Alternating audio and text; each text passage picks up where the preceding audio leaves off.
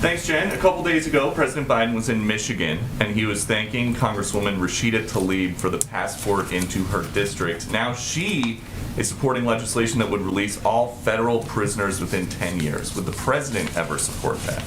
Well, the president did enjoy visiting Michigan and visiting Congresswoman Tlaib's district, but let me be absolutely clear. The president does not support abolishing prisons. He does not support defunding the police.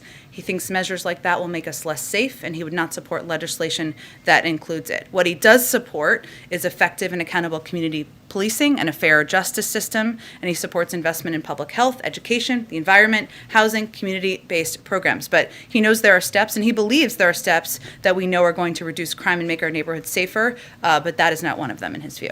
Another topic. Would the president ever apologize to the acquitted Kenosha shooter Kyle Rittenhouse for suggesting online and on TV that he is a white supremacist? Well, let's be clear what we're talking about here. This is about a campaign video released last year that used President Trump's own words during a debate as he refused to condemn white supremacists and militia groups. And President Trump, as we know from history, and as many of you covered, didn't just refuse to condemn militia groups on the debate stage, he actively encouraged them throughout his presidency. So, what we've seen are the tragic consequences of that. When people think it's okay to take the law into their own hands instead of allowing law enforcement to do its job. And the president believes in condemning hatred, division, and violence. That's exactly what was done in that video. But if you're saying that it was just a campaign video, it wasn't. The president also gave an interview where he said this Rittenhouse was part of a militia coming out of Illinois.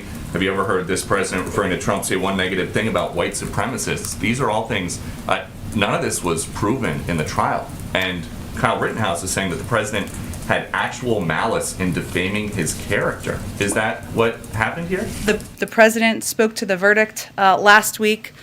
He has obviously condemned the hatred and division and violence we've seen around the country by groups like the Proud Boys and groups that that individual has posed in photos with. But beyond that, I'll leave it to his comments around the verdict. And then just one more topic. What message does it send to the middle-class Americans President Biden says that he's trying to help, who are struggling this week to cover the cost of the most expensive Thanksgiving ever, that the president is going to take a few days off at a billionaire's compound in Nantucket?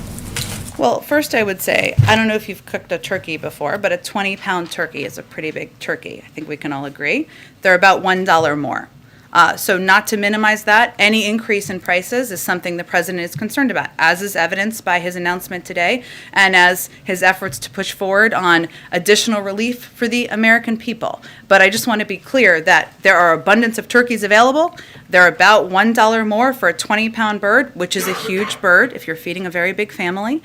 And that's something that, again, we've been working to make sure people have more money in their pockets to address it as the economy is turning back on. But the president said today that he was sent here to look out for these working and middle-class families who are strained right now. So what should they read into him leaving now at this time of great personal financial hardship for so many to go to Nantucket for the week? Well, first I would say, Peter, that I hope you're spending time with your family. I'm spending time with my family, and I hope everybody in here is spending time with their families. This is a time to put politics aside, spend time with your loved ones, and talk about what you're grateful for. I will also tell you from spending some time working for this president and a past president that you are president no matter where you are.